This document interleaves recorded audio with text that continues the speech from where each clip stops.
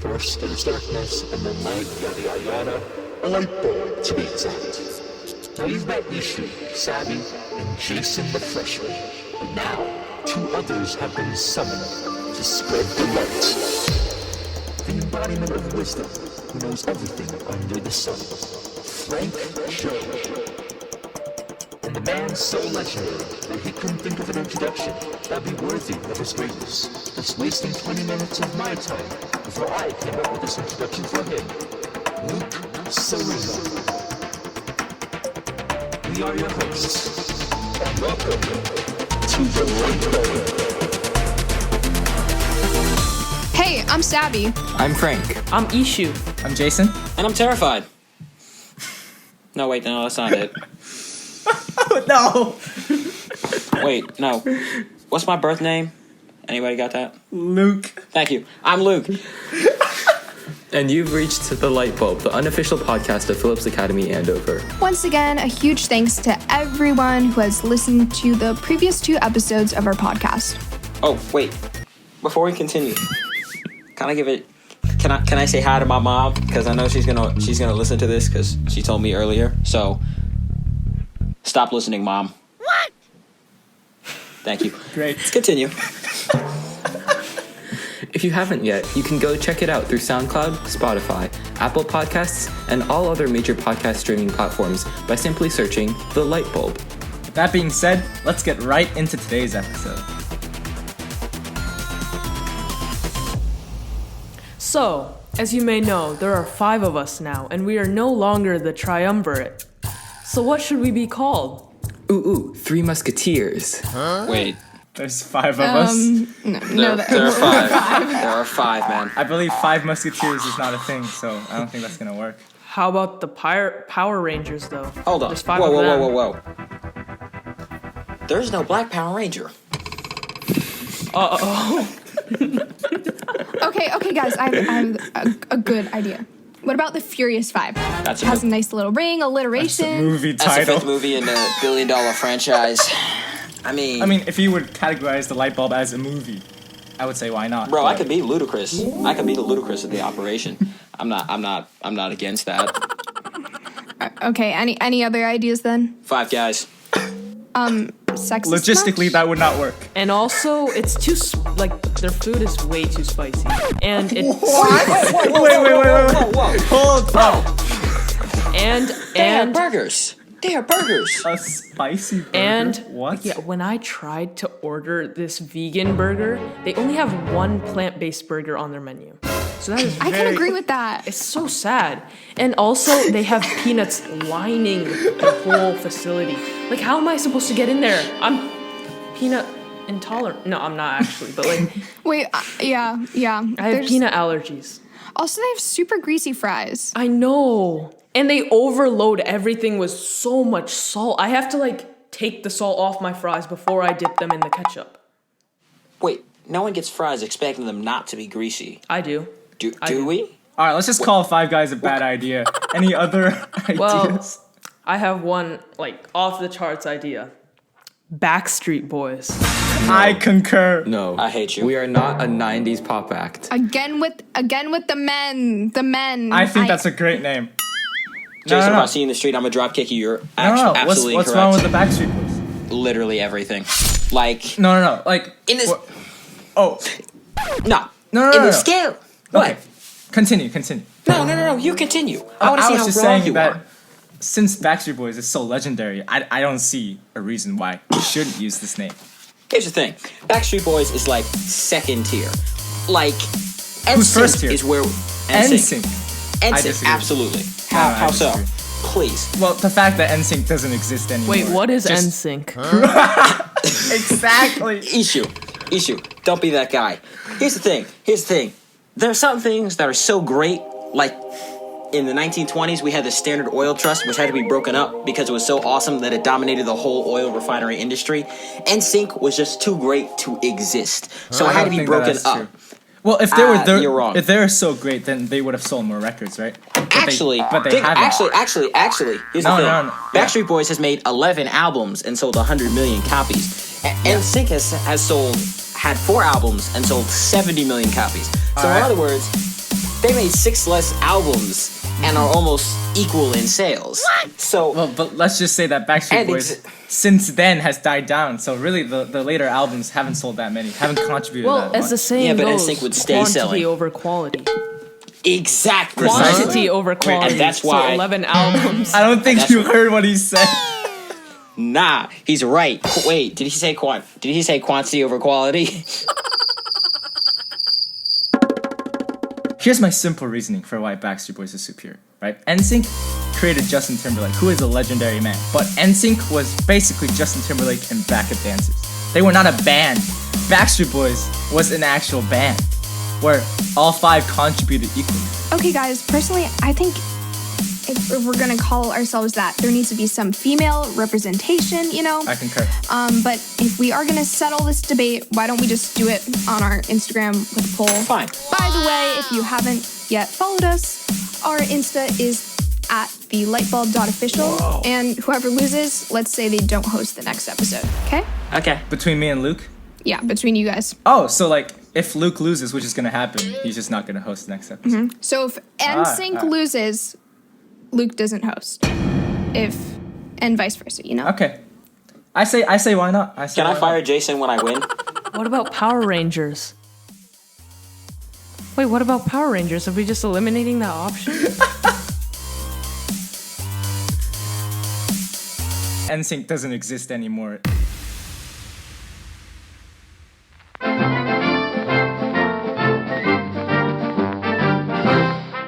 Undercover news. Speaking of not existing, guess who's not existing anymore? Carol Baskin's husband. Exactly.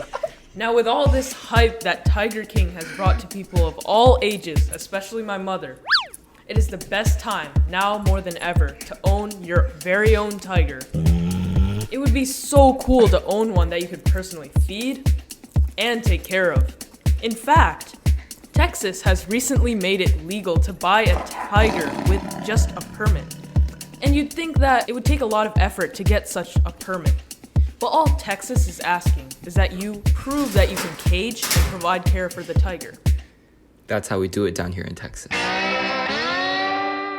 Yes. So maybe I should move down to Texas.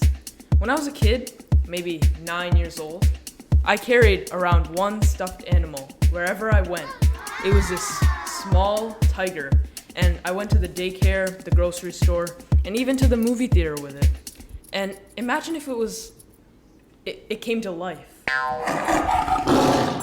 So, like, Calvin and Hobbes. Exactly. You are Calvin. Exactly. Tom and Jerry, you are. Wait, that doesn't make sense. Continue. He tried. He failed. Continue. Now let's talk about the cost. Savvy, how much do you think you would need to pay to bring home an adult tiger? Well, honestly, I'm kind of with Carol Baskin. I haven't really, researched how to own a tiger, so I wouldn't know, Ishu. But thank you for asking me. Bro, I have like $186 in combined assets in my bank account. I can't afford a tiger, so I don't even care about how much it costs. If you were wondering, though, you can get one for less than $1,000, which is about the cost of any purebred dog. However, there are only 300 homeowners who have a pet tiger in the state, probably due to the high frequency of tiger attacks. But enough about tigers. I'd rather end on a positive note than discuss their annual human kill rate, which I think is close to 50. Oh, that's small potatoes. So, to those of you who are part of the Percy Jackson fandom, Rick Riordan, I'm not really sure how you pronounce it. Yes. Butcher his name. The author Let's go. of the author of the legendary series announced that a deal with his franchise and Disney Plus is in creation. AKA, there might be a new Percy Jackson show. Because the movies, no offense, were kind of trash. Additionally, Damn. the books were amazing. I think you're wrong. Additionally, stars from the cast of the Warner Brothers Harry Potter series, like Daniel Radcliffe, have been reading chapters of the Harry Potter series for everyone to enjoy on Spotify. Check it out. You know what else you can enjoy on Spotify? The soothing LightBulb sound of my podcast. voice. I mean, come on now. I put babies to sleep with his voice. At Morgan Freeman wannabe. Exactly. That's exactly. You know, I have his voice in my head. He like narrates my whole life.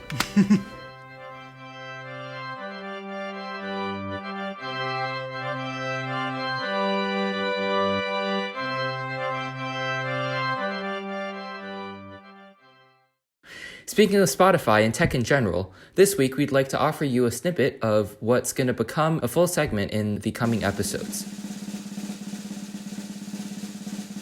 The Tech Talk. So for this week, many of us use Apple phones. And in this time, many of us wear face masks.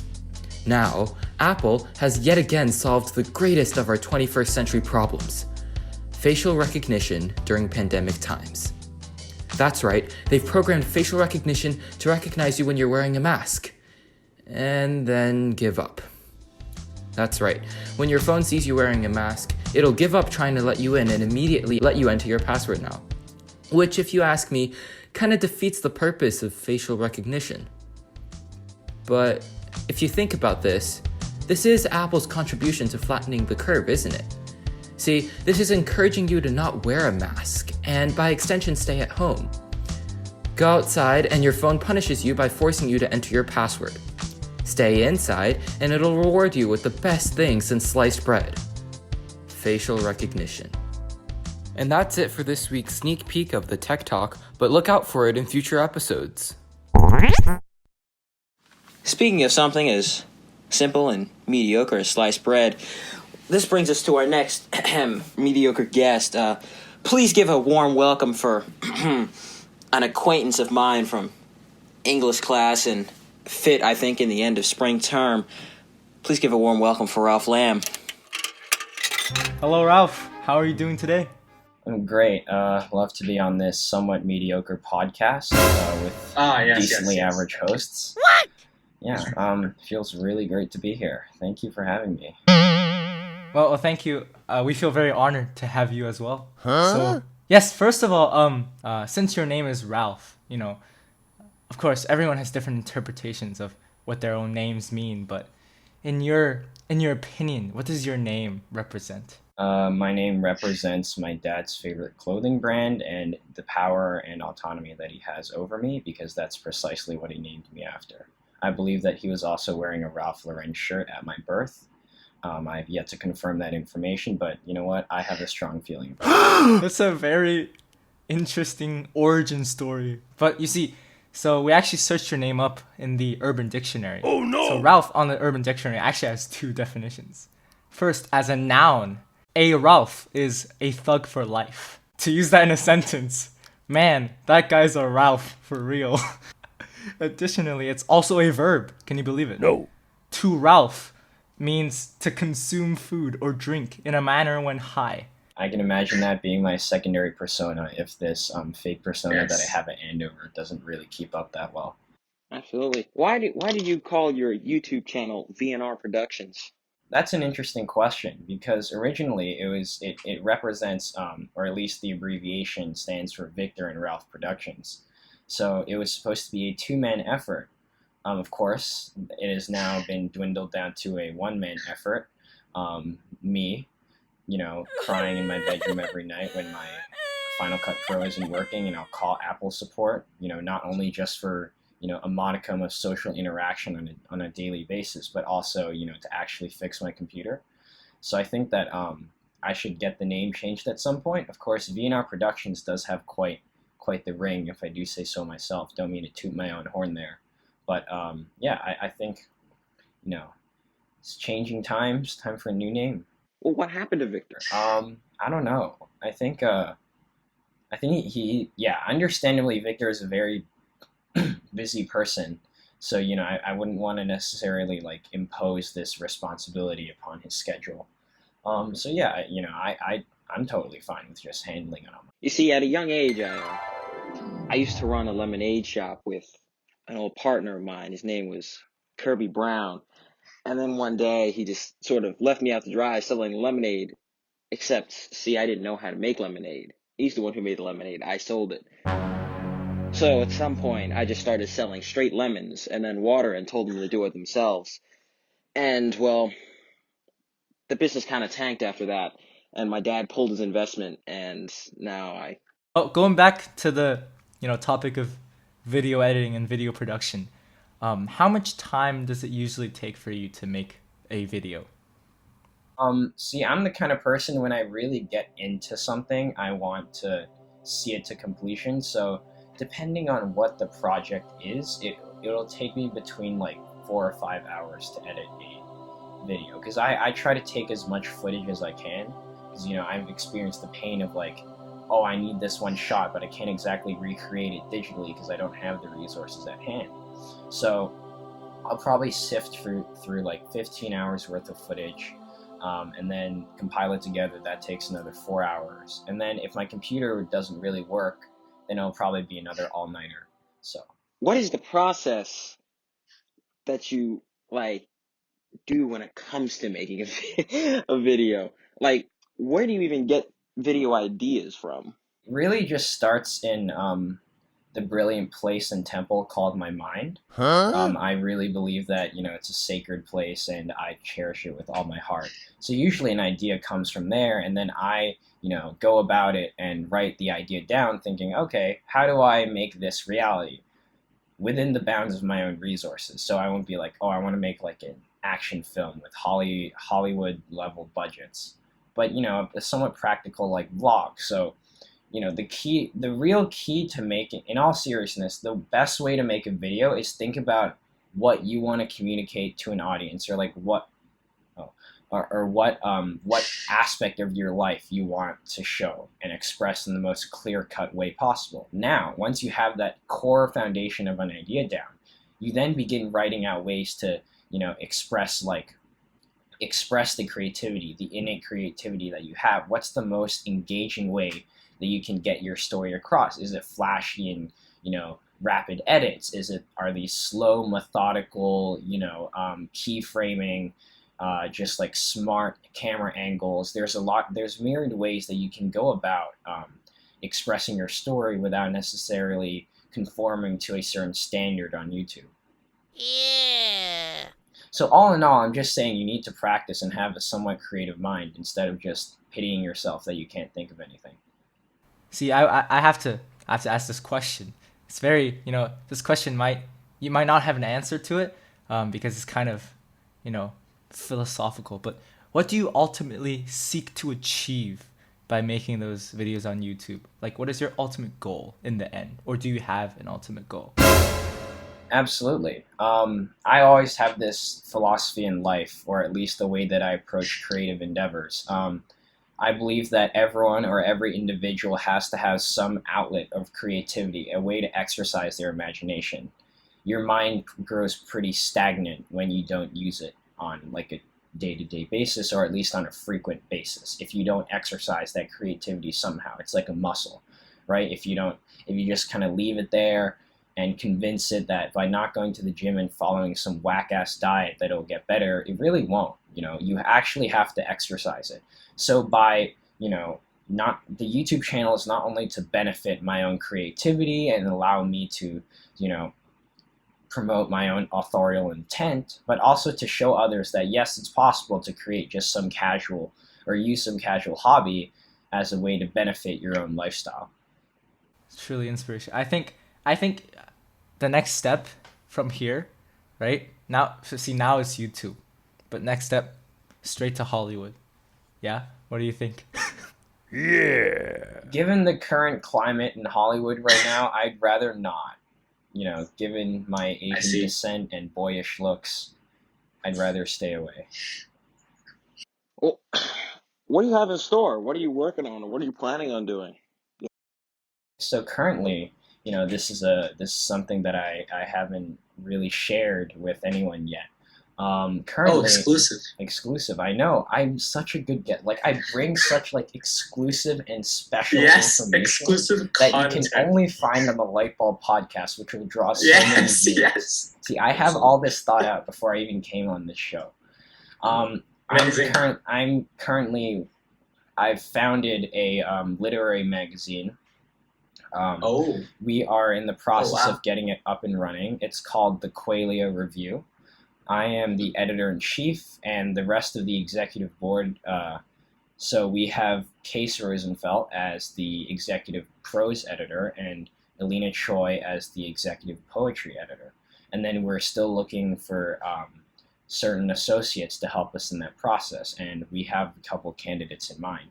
And the whole point of the journal itself, or the review itself, is to promote the same creativity that I expressed earlier, the same editorial and creative philosophy that I discussed earlier, giving people a platform to voice their inner writer's voice. So, allow me to clarify. Qualia is a psychological state where you're sort of experiencing a tactile encounter through a subjective lens.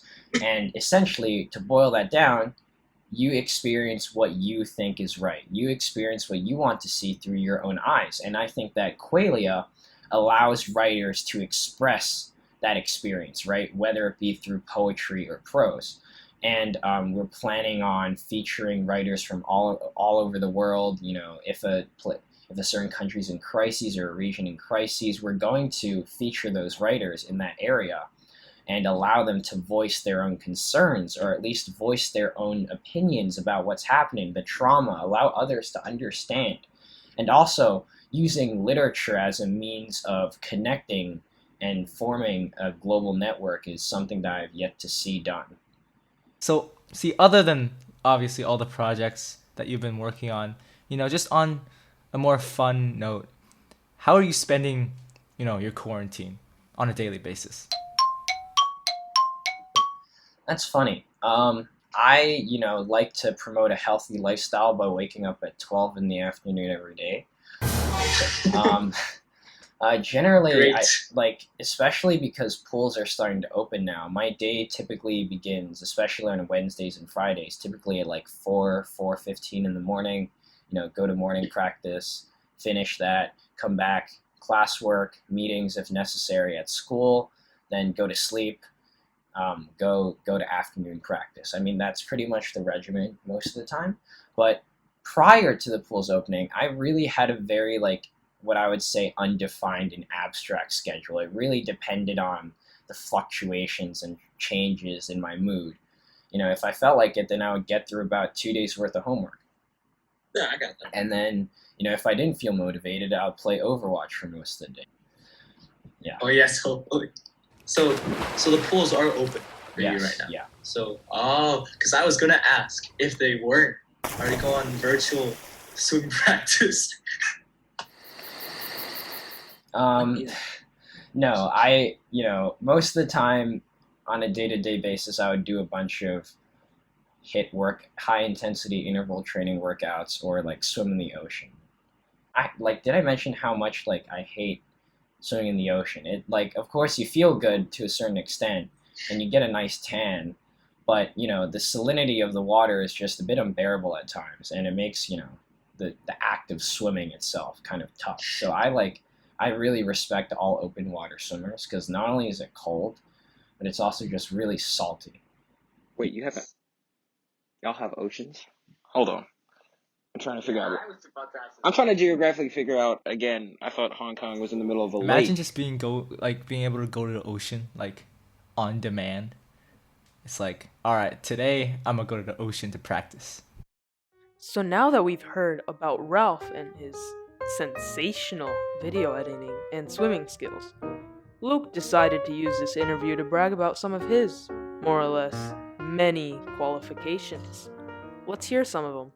I exist to draw attention, so it's like when you have a movie and you put Tom Cruise in it. I'm the Tom Cruise, if that makes sense. Well, that's your opinion on the matter. Others may disagree. Absolutely. I mean, yeah. Would you not watch a movie if it had Tom Cruise in it, even if it's a bad movie? No, I would, but you see, but the thing that you automatically assume that you fit the role of Tom Cruise in this podcast is, it's debatable. In freshman year English class, don't remember which term, Luke Luke seemed to be carrying 100-pound weight in his head every day Huh? in class. Okay, but was it first period though? No, No, it it was was- 7th period. What? I'm sorry. Because like, if it was first period, I would get it. He'd come in wheeling Just woke his up. suitcase, his backpack suitcase thing, get it jammed in the doorway, and I guess from like the physical exertion of trying to remove it from the doorway, he gets so tired that he falls asleep in the middle of class. He'll make a comment and then go back to sleep as the discussion is starting to revolve around his somewhat decent point, at times. It's actually surprisingly okay. And then he goes to sleep and doesn't contribute to the conversation, or at least sees where it goes. Respect for him for being there and, getting his backpack out the doorway. Like that, mad props. But, yeah. Yeah. It takes energy. It takes a lot of effort to do that. I know, right? Especially with those Really wheels and the inspirational. light backpack that you can just lift off the ground. You know, I Yeah, don't why know. do you I don't, have a I don't wheel know. to- I don't know how he did it, man. Like it was like this Odyssean effort. Everyone was cheering him on as he like tried to haul it over that 1-inch, that 1-inch doorstop. it really was a hero's journey.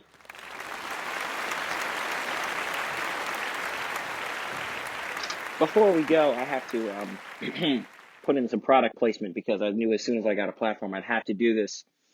This interview was brought to you by... Speaking of making history with that interview, today in history, in 1785, May 23rd to be exact, Benjamin Franklin announced his invention of the bifocals, which, as you may know, is a very important pair of glasses for people who are both far and nearsighted, including my grandmother, who sometimes misplaces her bifocals every so often. These special glasses help many adults who are beginning to have difficulty focusing their eyes. In fact, recently the world has seen the invention of the trifocals, which I just looked up earlier today, an even better version of Ben Franklin's innovative idea. So what's next? Quadfocals? Yes, quadfocals. Pentafocals. Being a small organization ourselves, the LightBulb really appreciates the traffic we get, and we'd like to support other small businesses and organizations via our airwaves. Next up is Small Business Talk, a mini interview spotlighting both local businesses as well as the successful organizations run by our fellow students. This week we had a little chat with Andover's very own Amara Neal, class of 22, and the nonprofit she helps to run, Life's Little Things. Perhaps you've seen Life's Little Things on an Instagram story, or maybe popping up on your recommendation of people to follow. And by the way, if you haven't followed them yet, you definitely should. Their handle is @Life'sLittleThingsNPO. It's amazing to just see their progress, but if we really want to know about their progress, why don't we cut to the chase and hear from Amara herself. Hi Amara, so what exactly does your organization do? So basically, we call homeless shelters and food banks, and we ask them like what products they're in most need of, and obviously that changes from like shelter to shelter. Like some of them are like we need canned food products, while others are like we need clothing, etc., etc. So then we like take our GoFundMe resources and then pay for those like products in bulk and then deliver it to them. And then now with like COVID-19, we're also like including like reusable cotton masks, and some of those are homemade. We're also getting most of them like from actual mask manufacturers. That's really awesome. You guys probably have made such an impact during this time. Also, what inspired you to create this organization in the first place? And has it been under wraps for a while, or is it kind of a new idea? The nonprofit actually was instated, if I think that's the right word, last year because I went to San Francisco. I was just like shocked to see like that many homeless people, because like I live in like suburbia of Arizona and there's just no like homeless like population, and I just felt like insanely guilty that I could like never give them anything because I had no money. Like I just didn't have anything, and I felt like guilty to the point where I couldn't even like make eye contact with people, asking for stuff. And I just like felt so helpless, which was like almost ironic because I'm like so privileged in a sense, like money wise. So I was like, felt like a need to give back. And like I didn't want to feel helpless when like seeing those people, like I couldn't do anything. So that's when we made it. But now we're like ramping things up due to COVID-19. Even during this pandemic, Life's Little Things has blossomed. According to Amara, it is a little bit hard to get some of the supplies sometimes, but they are making some growth on GoFundMe. First, like, just getting the products is taking low-key a long time, just because, like, with COVID, like, everything has to be sanitized now. So, like, shipments that would have usually taken, like, not more than a week, takes 2 weeks, which is really tough because, like, we want to grind those out. But also, like, donation-wise, I think we've been getting them, like, at an exponential rate, if that makes sense. Like, we're getting them closer and closer together, which is, like, great. And, like, I think at the moment we have enough money to put out, like, 7 more care packages, which is, like, amazing. And, yeah, I'm just, like, really excited to, like, see it grow. And we're just trying to reach out to, like, other businesses, like, around the area, like, if they have anything they can spare, like, monetarily or, like, product-wise.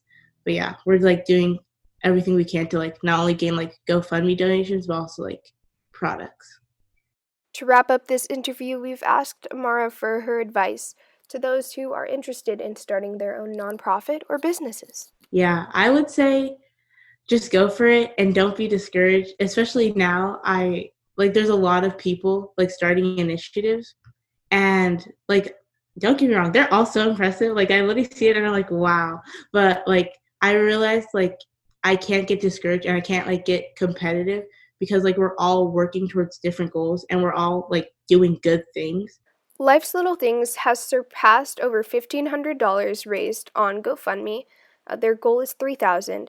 If you're interested in supporting this amazing nonprofit, you can donate on GoFundMe, or as Amara says, and, like, sharing it on, like, their parents' LinkedIn, or if they have their own, like, that's literally a godsend. Finally, please follow their Instagram, and if you haven't, why aren't you multitasking? That was Small Business Talk, and now it's on to Riddle of the Week. Remember, the first person to contact us with the correct answer gets an Amazon gift card. Now, this riddle might seem a little bit more like trivia, but let's give it a shot. In the largest library in the world, the Library of Congress, there are many books. So how many letters do you think are in all of those books? And a shout out to Adrian Lynn, who actually answered that really difficult riddle from last week.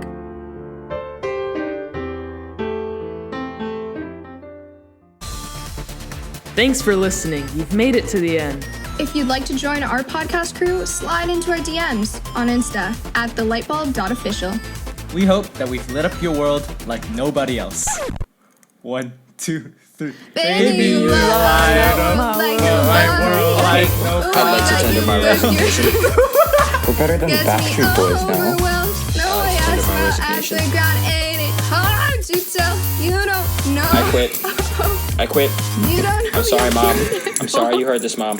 Mom, I didn't have a say in this. I lost by majority.